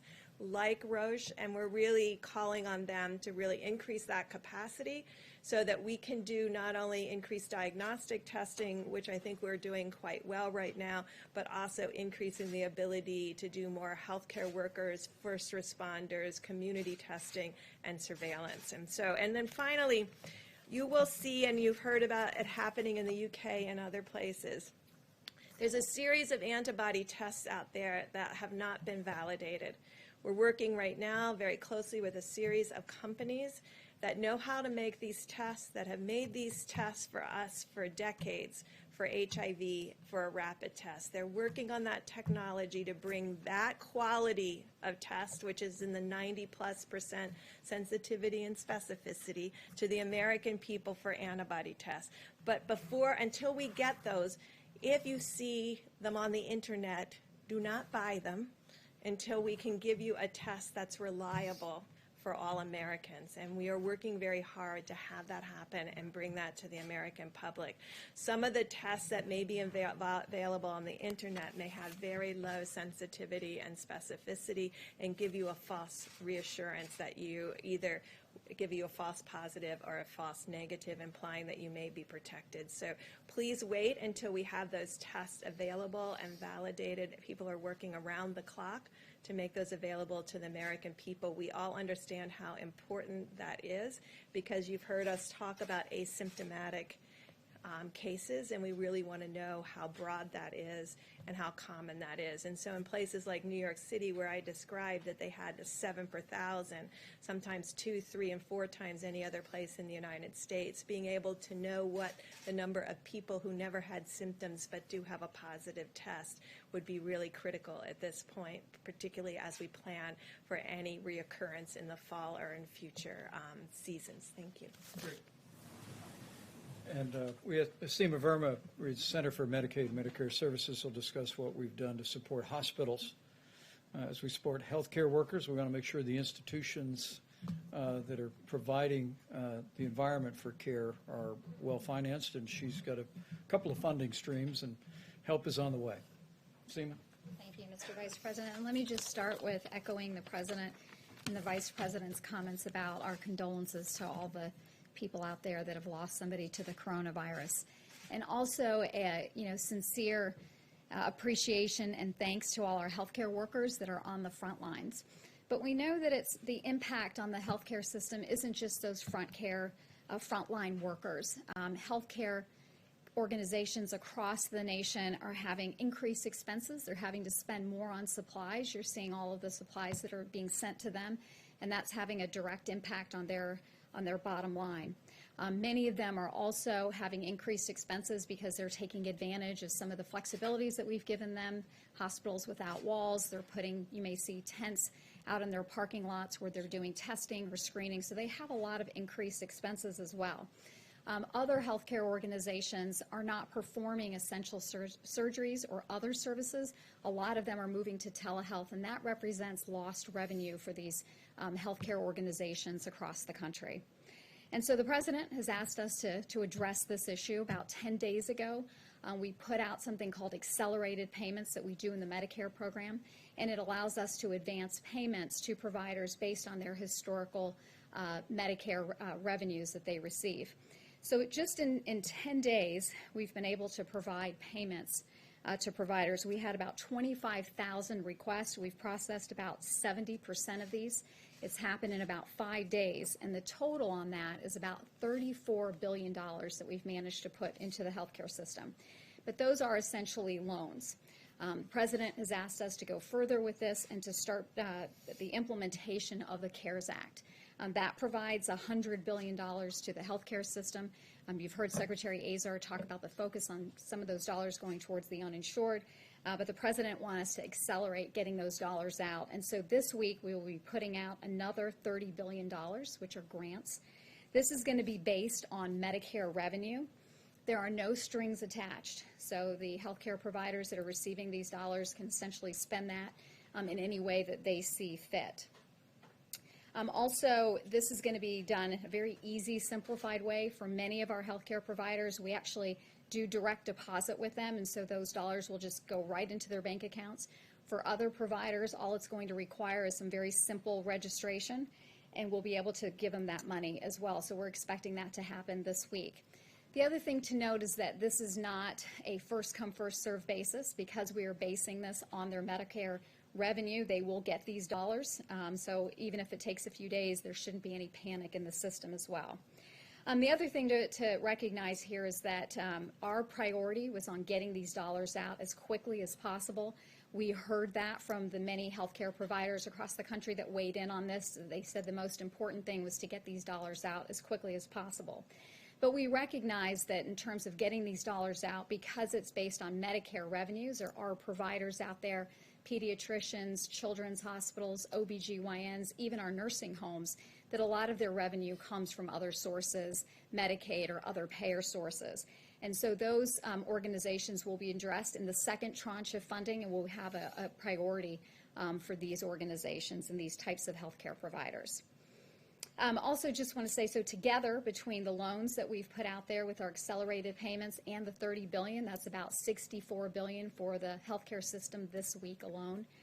And so I think, again, this is part of our effort to support the healthcare system, and also just want to, again, say thank you to all our healthcare providers out on the front lines.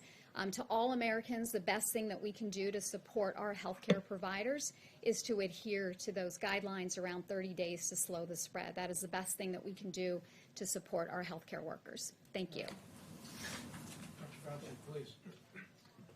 I just want to make a brief comment to get back to the discussion about the health disparities in the African American community, because it really is very important. And the reason I want to bring it up, because I couldn't help sitting there reflecting about sometimes when you're in the middle of a crisis like we are now with the coronavirus, it really does have ultimately shine a very bright light on some of the real weaknesses and foibles in our society. And as some of you know, the greater proportion of my professional career has been defined by HIV/AIDS. And if you go back then, during that period of time when there was extraordinary stigma, particularly against the gay community, and it was only when the world realized how the gay community responded to this outbreak with incredible courage and dignity and strength and activism that I think that really changed some of the stigma against the gay community, very much so.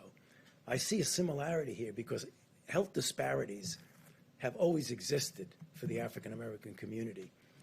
But here again, with the crisis, how it's shining a bright light on how unacceptable that is. Because yet again, when you have a situation like the coronavirus, they are suffering disproportionately. As Dr. Berg said correctly, it's not that they're getting infected more often, it's that when they do get infected, their underlying medical conditions, the diabetes, the hypertension, the obesity, the asthma, those are the kind of things that wind them up in the ICU and ultimately give them a higher death rate. So when all this is over, and as we've said, it will end. We will get over coronavirus, but there will still be health disparities, which we really do need to address in the African American community. Thanks. Well said. Questions for our panel, please. Yeah, for Mr. Vice President, and then a question for Dr. Birx as well. Sure. On the ventilator issue, with 8,400 of them in the stockpile and tens of thousands more coming, why are states like California and Washington needing to send ventilators to other states, and is that smart if they might need them later on? Well, I'm going to let Dr. Birx speak about what's happening in California and Washington, because it is a real credit to the people of both states and the leadership of both states to see the progress that we've made. We continue to witness that the numbers where the outbreak began, we all remember when this first emerged in the Seattle area, the numbers continue to be steady and low. And what we've seen the governor of California do, what we saw the governor of Washington State do, and the governor of Oregon, where the coronavirus hasn't arrived to a large extent in Oregon, I think is in keeping with the highest tradition of the American spirit. They are understanding what I think Americans are understanding more and more, that while we tend to think of this as one large curve in our minds when it began in our country, and we long for the day that it will end, and we want to hasten that day. by putting into practice all these mitigation efforts. The reality is, what these experts have explained to this layperson is that what we're actually going to witness is a number of small curves that will cumulatively mean that curve. And for Oregon, for Washington State, for California to recognize where the need is, and then to partner with us and FEMA to make sure the resources are there at the time of the need, at the point of the need, I think is really inspiring. But Dr. Birx, do you want to speak to that? Yeah, I want to be clear. No, we didn't ask for their ventilators. They looked at their epidemiologic curves. These states have amazing health commissioners, and I think when this is over, we'll really be. All of the models were based on something we have never attempted to do anywhere in the world.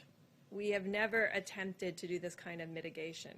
It was always theoretic to many individuals, and now we see across the globe people mitigating against this virus, realizing that their own behaviors can change the course and future of this virus in their communities, which is really astounding, the power that gives us to actually understand that we can compete against this virus and do well.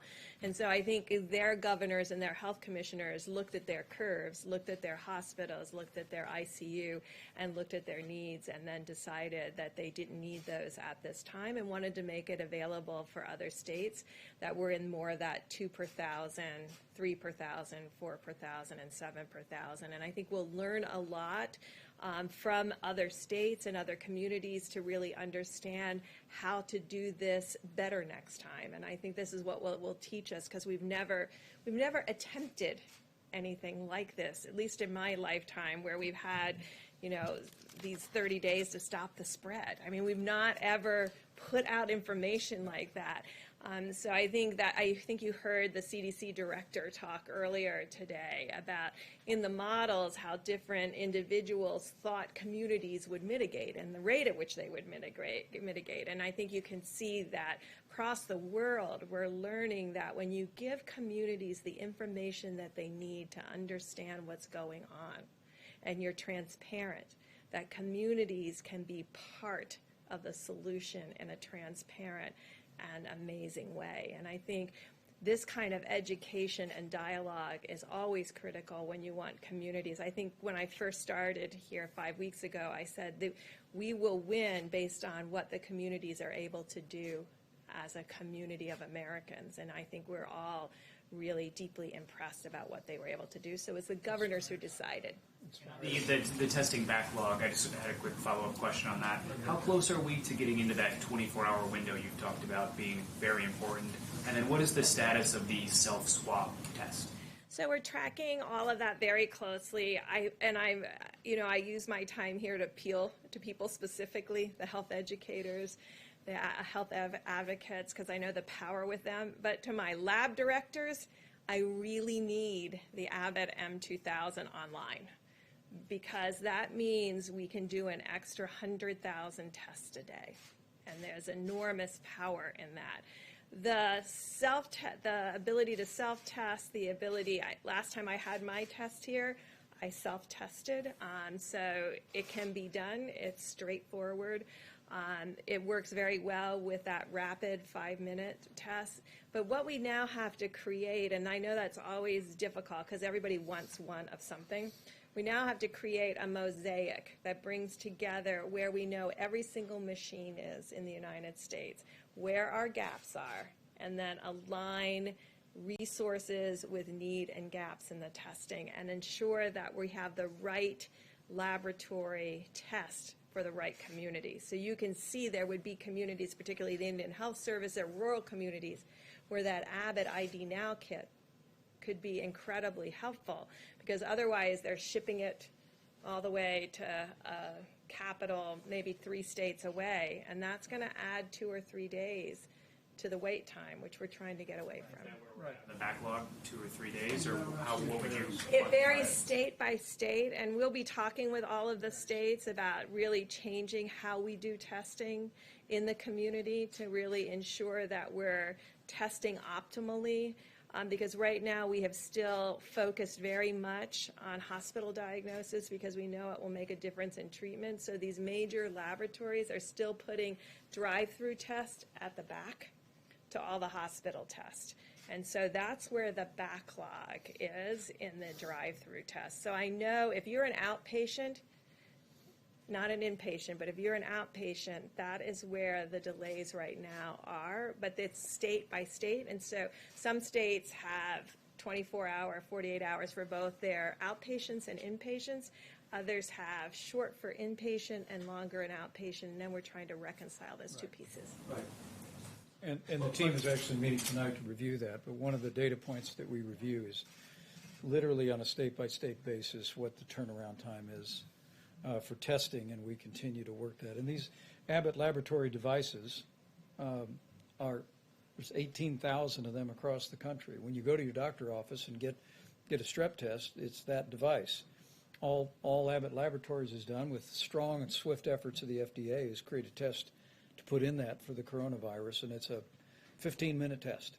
And so I want to renew our call to all the healthcare providers around the country is find your Abbott device, and we'll work our hearts out to get a test to you. How about in the back corner? Mr. Vice President, thank you. One for you and then one for either of the doctors, if you don't mind. For you, sir, back to this idea of reopening up the economy, since it's not like there's a switch that you can just turn it back on. How does the administration envision this happening? Is it guidance from the White House and you hope the governors follow it? Are you going to put it in the governor's hands or the mayor's hands? How do you envision all of that working together? Well, the one thing I can assure you is that the president's decision in that regard is going to be informed by what the data shows and about decisions about when we can responsibly reopen America and put America back to work. I can tell you the CDC will have new guidance tomorrow that the CDC will be publishing for people who were in proximity to an individual that tested positive for coronavirus but have no symptoms. And CDC will be publishing new guidance about how those individuals and the circumstances under which they might be able to return back to work using some facial protection and monitoring their temperature, but we'll detail that for you. But what we're going to be doing over the weeks ahead is while we focus every day at the point of the need, as the president said many times, our first mission is to save lives. And that means to slow the spread, to bend the curve, to continue to engage the American people, which they are admirably doing, to continue to put all the social distancing into practice. But there is a dual track that the president has already initiated. Some of the best minds here at the White House are beginning to think about what recommendations will look like that we give to businesses, that we give to states. But it'll all, I promise you, be informed on putting the health and well-being of the American people first. Dr. Birx? Either for Dr. Birx or for Dr. Fauci. Or do either of you want to take that? Or? Go ahead. Secondly, as a lot of parents are sitting home with their kids, and they've been home with their kids for weeks now, and they're wondering, maybe resigned to the fact that maybe their kids aren't going back to school this year, but are looking ahead.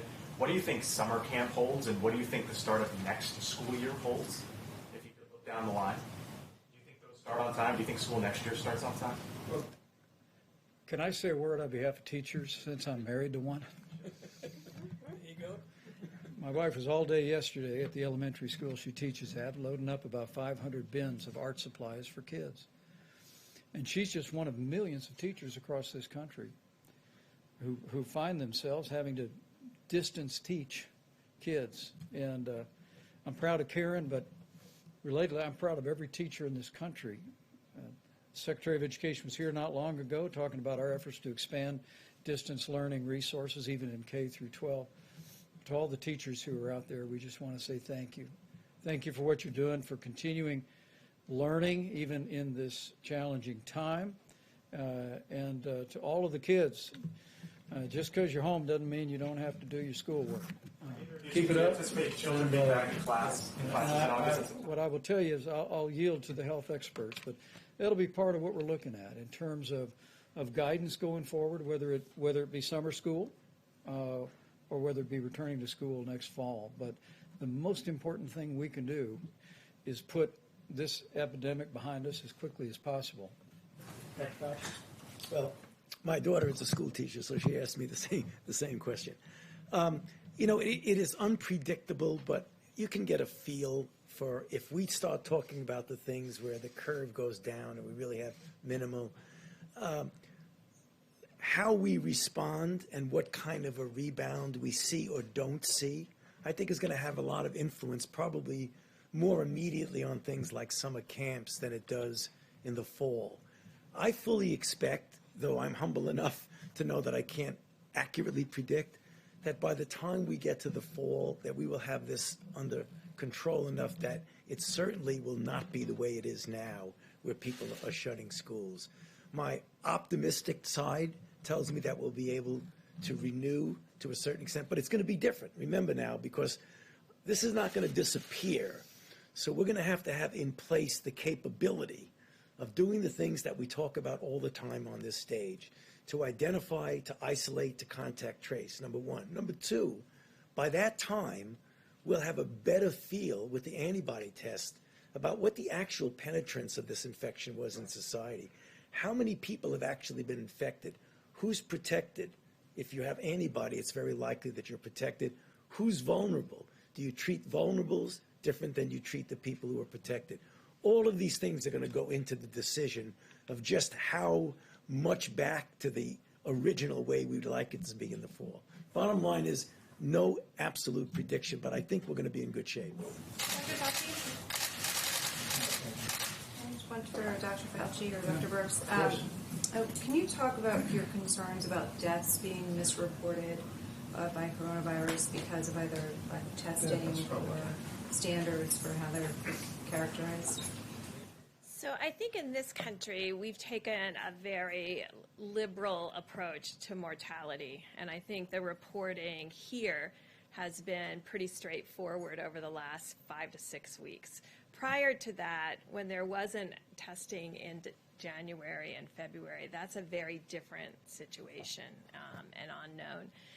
There are other countries that if you had a pre-existing condition, and let's say the virus caused you to go to the ICU and then have a heart or kidney problem, some countries are recording that as a heart issue or a kidney issue and not a COVID-19 death.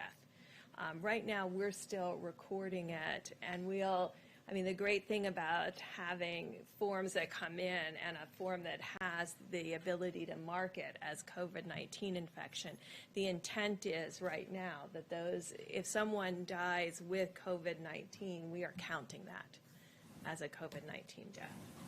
Can you be sure? I mean, you hear from coroners that that's not necessarily the case. Or are you sure? How can you be confident about that? And is there any concern that it skews the data that you're trying to collect in terms of projections and things like that? Well, I think that would apply more to rural areas that may not have the same level of testing, but I am pretty confident in New York City and New Jersey and places that have these large outbreaks and COVID-only hospitals. I can tell you they are testing. New York and New Jersey together have, by proportion, are testing extraordinarily well as Washington State and Louisiana.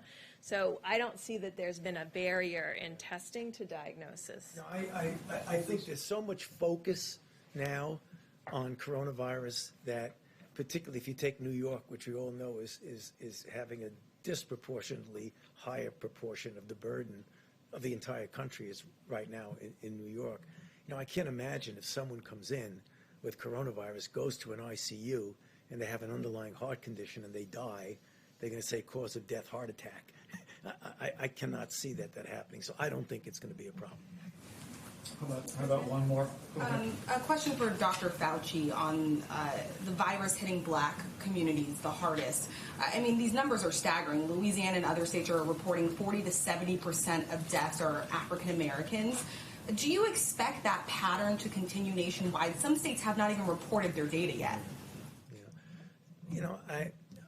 I can't be confident to predict patterns, but the underlying reason why that is happening doesn't change from state to state. Do you expect it to get worse? No, I expect that when African Americans get infected, given the disproportionate disparity of the underlying conditions that lead to complications like the ones I mentioned, I expect that we will still see the pattern that when you look at the proportion of people who get into serious trouble and die, again, it's going to be disproportionate towards the African Americans. I do expect that. And is the federal government now leading the charge in collecting this information from the states, and when will it be made public? Yes, the answer is yes. It will be public as soon as you get enough data to be able to make a meaningful statement. So can we expect this week or a couple of days? The task force has assigned that to several members of the team. We're assembling that data now. It is a great concern for us, and but it's probably a good reminder that we have to be especially careful around people with serious underlying health conditions. As we've said it many times from this podium over many weeks, that the risk of serious illness from the coronavirus remains low for the average American. But for anyone from any community that has a serious underlying health condition, particularly senior citizens with serious underlying health conditions, the risk of tragedy is very real. And so we're going to be very diligent about studying this and providing information and guidance in accordance with our best scientists. But I do want to say to each and every American, the President's coronavirus guidelines for America about wash your hands. If you're sick, stay home. If you can work from home, if you're not in critical infrastructure like our incredible healthcare workers or all those heroic people working to keep food on the shelves at our grocery stores and keep medicine at the pharmacies, we ask you to work from home if you can. Avoid unnecessary travel. Avoid gatherings of more than 10 people. Use a drive-through at a restaurant. Don't go in the restaurant. Not just to protect your health, but to protect those of every community, of every background in this country who may have underlying conditions that make them susceptible to tragic outcomes. That's how we can all do our part to slow the spread and to protect our most vulnerable. And the American people are doing it.